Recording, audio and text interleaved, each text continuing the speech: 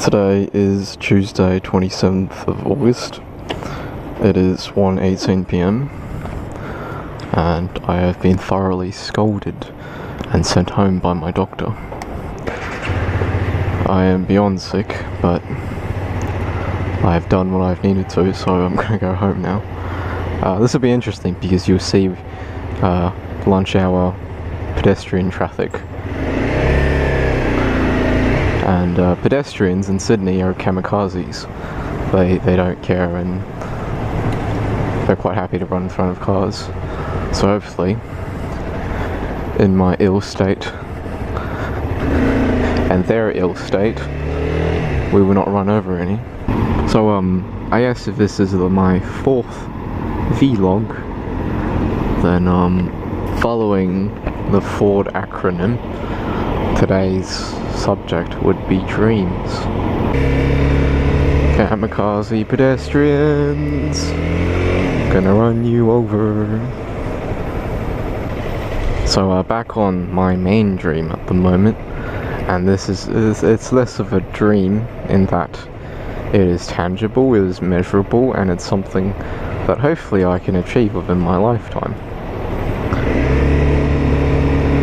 But my main dream at the moment is to be kind consistently, and that's very important to me. I guess there's a bit of context for me to explain. There's a story I heard that was wonderful. Basically, there's a man in a BMW M7, beautiful car, soundproof, can't hear a thing. He stops at red light, and he notices that it goes green, but there's a car approaching. He decides that because the lights are green for him, that he has right of way, and so he scoots off. The other car doesn't see him, doesn't see the red light, smashes into him. Massive mistake, very apologetic. Biggest mistake of his life, T-boning a beautiful BMW M7. When the cops arrive and they ask the person who's guilty, he apologizes profusely and explains in great detail what has happened. When the police ask the BMW guy, all he does is point fingers and blame. And he accuses the driver at fault for X, Y, and Z. But the police decide that, well, Mr. BMW, you should have known better. And if you saw that a car was coming, irrespective of having right of way, you shouldn't have gone. That's just being sensible, really. But I think from this story, the point is that people aren't always very sensible, in that they choose to victimize themselves and then consequently choose to feel a certain way.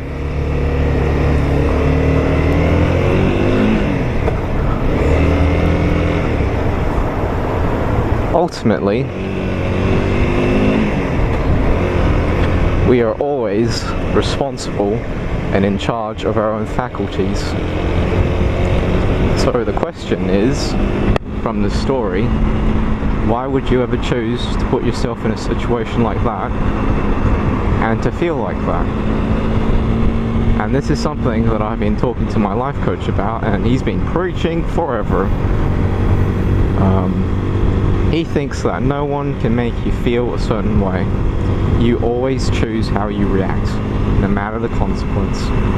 You can take something lightly, you can take something well, or you can let it get to you and eat you and consume you and make you feel really quite shitty. But it's always up to you. And so, with my outlook or designation of consistently being kind, that's what I'm addressing. I'm trying to be responsible for my own emotive self, always, no matter what. Case in point, on Friday, we had a new cleaning company contracted to us, and they're not supposed to touch the tabletops because even a napkin with a bit of scribbling on it can be a lawyer's notes for a case. So it's quite dangerous then to have the cleaner throw out anything that's not inside a bin. And that's what the contract says. I noticed that the cleaner was throwing things out on the table. I said, please don't do that, that's not the right thing to do. That's actually evidence. To which he corrected me that no, it must be rubbish, because it looks like rubbish. We opened the book and found that it was actually one of the director's notes. Nope, not rubbish. Very, very relevant. Please don't do this again. Now, the way that he was to me was egregiously rude. You know how when people they get really defensive because they don't like being told off, and it's such an affront to them to be told off? So anyways, I decided not to butt heads against him, and so I let it go. And I'm really quite proud of that, because as awkward as that makes things to be with his reaction, I don't care. As long as he learns the lesson and doesn't do it again. That's all I want. I think it's fine that he makes the mistake. I don't think it's fine how rude he was, but hey, sticks and stones are. I have better things to do than to be worried about X, Y, and Z. Like get home and rest, for instance. I want to be an awesome person who, at the lift of the finger, can do lots of stuff, very impressive stuff, but also make things alright, no matter the reaction that other people have. Even if they're not so nice to me, we'll make things alright. I think if you hear about someone's dreams and aspirations, honestly, you can tell a lot about them. And then that's why I'm doing this. I'd rather just get it all out there in the open and meet people who have similar outlooks or are compatible, you know? And for those that aren't, even if they're just bloody amazing looking, and, you know, I would very much so dream about them, if it's not right, it's not right. On a personal level, a dream that I have is to buy and build my own home. I'm a programmer, so I'm used to terraforming the landscape around me. You know, the systems and the software that I use, slipstreaming that, so that I'm at maximum capacity, maximum efficiency, and just making something as good as it can be. I want to tailor a house that considers my routine. So I get out of bed, I walk through a walk-through wardrobe, and then into an ensuite bathroom where I do my morning thing, and then walk through the wardrobe again and pick out some clothes and get dressed. Small things like that.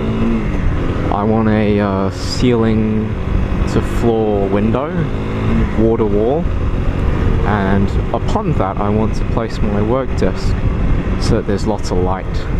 A very big work desk. Even though all I need is a laptop, I just like the space for all the notes that I have. I'd like a little tiny gallery kitchen, because let's face it, I'm never going to learn how to cook. I really should, but I think home delivered meals and living off of various shakes, whereby you take powder and you mix it with water or milk, is good enough for me. I'd rather spend the time saved from shopping for ingredients and cleaning up and the actual cooking process. I'd rather put that time to my own craft. So yeah, I'm very much so looking forward to buying a space, ripping it apart, knocking down every wall, taking out the floor, and bit by bit learn about the components that make a really nice home. Just one by one, it'll be like a project, weekend project for me. I don't care if it takes me a long time to do. I'll just keep chipping away at it, little bit every weekend. That would seriously make me happy. And no, I don't want to hire contractors to just get it done. I want to physically tile my own kitchen, my own little tiny kitchen, and learn how it's done. When I work in software in the digital realm all day long, which is it's tangible but not really physically tangible. things in the real world where I can just pick up and look at and feel the texture of with my finger. I find that extremely pleasing to work on. So yeah, I'm a bit of a DIY nut. I'm very practical and very good with a set of tools. And the final dream for me is, I guess in a relationship sort of sense. I've asked someone to marry me before, and I don't think that's the right approach to take. A relationship predicated on binding vows and a promise is not really one that I want. My ideal relationship will be one where we just happen to spend 10 years together because we enjoy each other's company. And before we know it, we look back and go, holy shit, it's been a decade. I don't believe that I need someone else to come along and complete me. I feel that's a misuse of someone else. To say to them, hey, I've got these troubles and these issues, you need to solve them with me. I want to be self-sufficient enough that I can sort it out on my own. At the risk of being so independent, we were talking about this, the building trends in Sydney seem to be that more and more people are moving into one-bedroom abodes, little apartments, you know, and less are cohabitating, and so people are spending more and more time being alone. I think that's a good thing, because time to your own devices, for your own exploration and curiosities, is something that we always dream of. But it's seen as a bad thing because humans weren't meant to be alone. But I'm not so sure about that. I think with the density that we live in, and having a network of awesome friends, one can have an equally fulfilling life. So here I am, quandering whether or not I'm going to die alone. Well, I think that if I have a life well lived, then that's enough. I reckon, eventually, through just repeated practice and an enduring strive, that no matter how far-fetched these dreams are, that one can achieve them. Because if you sincerely try and repeat lots, it'll be ingrained habit. And at that point, it'll be indistinguishable from yourself. By the way, for those, you need to take a very close look at how tall I am, because I keep being told that I look a lot more taller in my photos than I am in real life. And that hurts so much. I think it's because of the angle that I crop it down to. I've been told that I look like one of those tall Asians when in actual fact, I'm tiny. So 169 centimeters is what I am. And I'm sorry for giving the conceit that I may be tall, because I'm not. People are always signaling left, which is fair up until about this point, and then you need to signal right because you're merging. So just so that everybody knows, I do know how to use my signals. One of the rare few on the road who do.